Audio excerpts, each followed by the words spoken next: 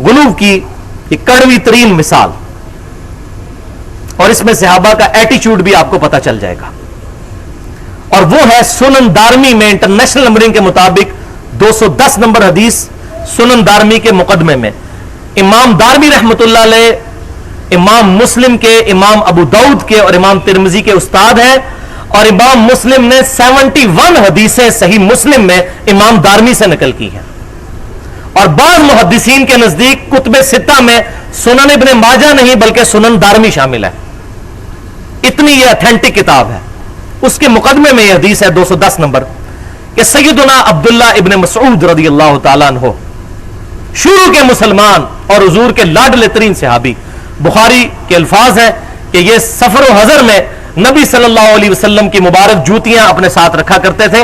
इनका नाम पड़ गया था या साहिबन नालैन, ए रसूलुल्लाह की मुबारक जूतियों वाले अब्दुल्ला बिन मसऊद रदियल्लाहु ताला अन्हु, बड़े लाडले सहाबी। इनको सैयदुना व मौलाना उमर इब्ने खत्ताब रदियल्लाहु ताला अन्हु ने कूफे का चीफ जस्टिस बनाया हुआ था। अबू दरदा को शाम का और इनको कूफे का। 33 हिजरी में ये फौत हुए अब्दुल्ला इब्ने मसूद रदियल्लाहु ताला। काज़ीउल क़ज़ा के ओहदे पर थे कूफे के अंदर, जो उस वक्त मुसलमानों की सबसे बड़ी फौजी छावनी थी।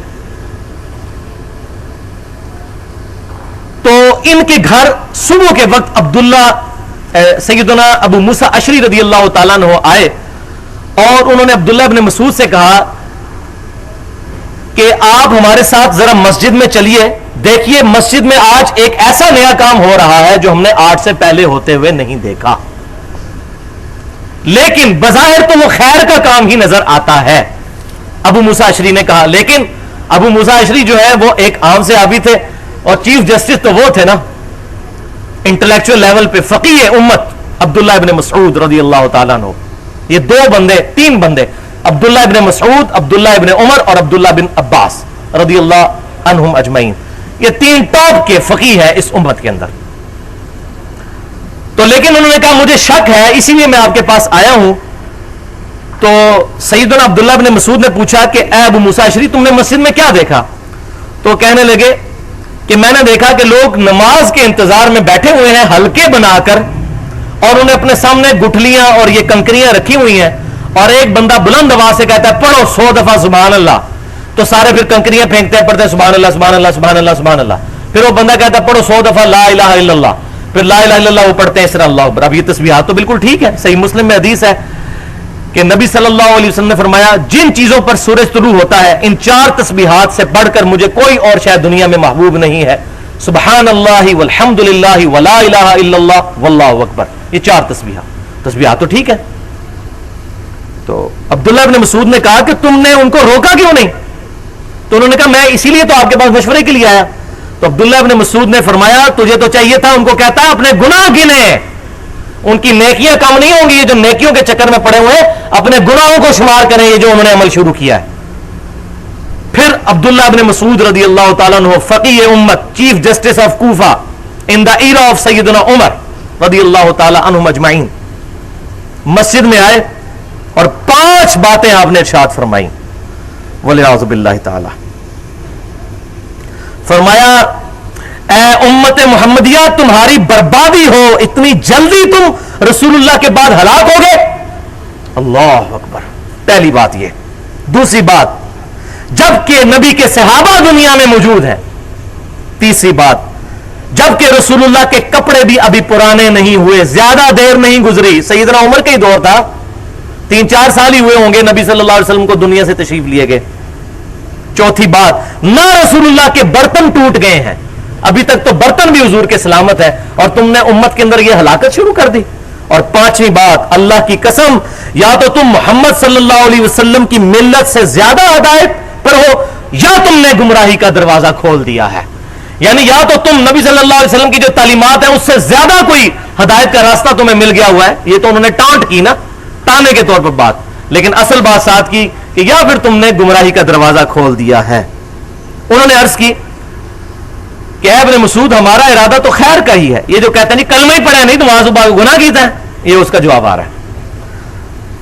तो अब्दुल्ला इब्ने मसूद ने फरमाया कितने ही ऐसे हैं जो खैर के तलबगार होते हैं لیکن خیر سے محروم لوگ ہوتے ہیں کیونکہ سنت سے ہٹ کے عمل کرتے ہیں. ہم نے رسول اللہ سے یہ بات سنی تھی صلی اللہ علیہ وسلم کہ میرے بعد ایسے لوگ بھی ہوں گے جو قرآن بھی کثرت سے پڑھیں گے لیکن قرآن ان کے حلق سے نیچے بھی نہیں اترے گا. اور یہ جو اس حصہ ہے حدیث کا یہ بخاری اور مسلم میں بھی موجود ہے یہ خوارج کے بارے میں. اور میرا گمان ہے شاید تم انہی لوگوں میں شامل ہو. اللہ اکبر. اور یہ اللہ تعالیٰ نے ابن مسعود کی کرامت ظاہر کر دی. ان کو یقین نہیں تھا لیکن ان کا میرا گمان ہے. اور عمر بن مسلمہ رضی اللہ تعالیٰ عنہ صحابی کہتے ہیں کہ اللہ کی قسم عبداللہ ابن مسعود کی بات بالکل صحیح ثابت ہوئی. جب ہم مولا علی رضی اللہ تعالیٰ عنہ کے ساتھ مل کر خوارج کو قتل کر رہے تھے تو یہ لوگ نہروان کے مقام پر خوارج کی طرف سے ہم پر تیر برسا رہے تھے. یہ تسبیحاں سٹنے والے تے کنکریاں تے گٹھلیاں اجتماعی بولے اعوذ باللہ تعالی.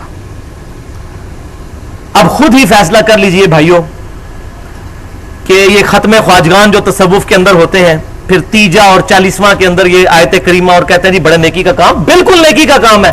کون کہتا ہے یہ گناہ کا کام ہے؟ کوئی اس کو گناہ نہیں کہتا. لیکن اس طریقے سے اجتماعی عبادت کو ارینج کرنا یہ پروفٹ کی تعلیمات کے بغیر کیا ہی نہیں جا سکتا. انڈیویجولی کوئی عمل کرے وہ کوئی بدعت نہیں ہے لیکن اجتماعی انڈیویجول آپ صلاۃ و تسبیح جتنی بار مرضی پڑھیں. صحیح حدیث ہے ابو داؤد اور ترمذی میں کہ اللہ تعالیٰ اس کو اس طرح کر دے گا جس طرح آج ہی ماں کے پیٹ سے پیدا ہوا. لیکن اس کی اگر آپ جماعت کی طرف بلائیں گے اجتماعی دعا اجتماعی اگر اس کی کریں گے فرض نماز کے مقابلے پر تو یہ بدعت ہو جائے گی. یہ آپ نے خود طریقہ جاری کر لیا. تو یہ تمام چیزیں ایصال ثواب کے نام پر کی جاتی ہیں اور دراصل بیسیکلی سوگ منایا جاتا ہے. اسی لیے تو 40ویں والے دن بھی پھر ایک دوسرے سے گلے لگ کر جو ہزاروں کے تار وہ پھر بین بھی کر رہے ہوتے ہیں اونچی اونچی آواز کے ساتھ رو رہے ہوتے ہیں. آنسو آنا رحمت ہے رونا رحمت ہے لیکن اونچی آواز کے ساتھ نو اور بین کرنا اور کلمات منہ سے نکالنا یہ حرام ہے بخاری اور مسلم کی احادیث کی روشنی پہ. اس میں نے الگ سے ایک لیکچر ریکارڈ کروا دیا ہے تقریباً 1.5 گھنٹے کا مسئلہ نمبر 74 کے نام سے ایصال ثواب ختم اور فاتحہ وغیرہ کے صحیح احکام و مسائل. اب یہاں پر میں آخر میں 2 چھوٹی چھوٹی حدیثیں بتا کے آپ کو صحابہ کا ویژن کلیئر کر دوں اس حوالے سے جو ایصال ثواب کے نام پر سوگ منایا جاتا ہے. بخاری اور مسلم کی متفق علیہ حدیث ہے. ام المؤمنین سیدہ زینب رضی اللہ تعالیٰ عنہا کا بھائی فوت ہو گیا.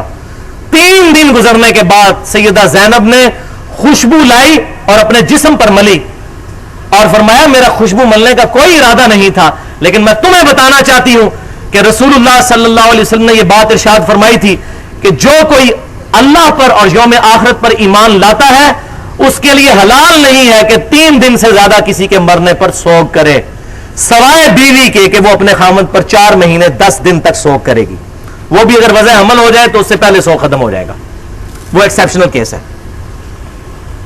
تو جان بوجھ کر لوگوں نے تو کہا ہوگا دیکھو جی نہ ملتی لیکن انہوں نے جان بوجھ کے ایسا کام کیا کہ امت کو پتہ چلے. خوشبو ملی 4تھے دن بھائی مرا ہوا. اور یہ تو بھائی کوئی کہے گا جی بھائی سے محبت نہیں ہوگی.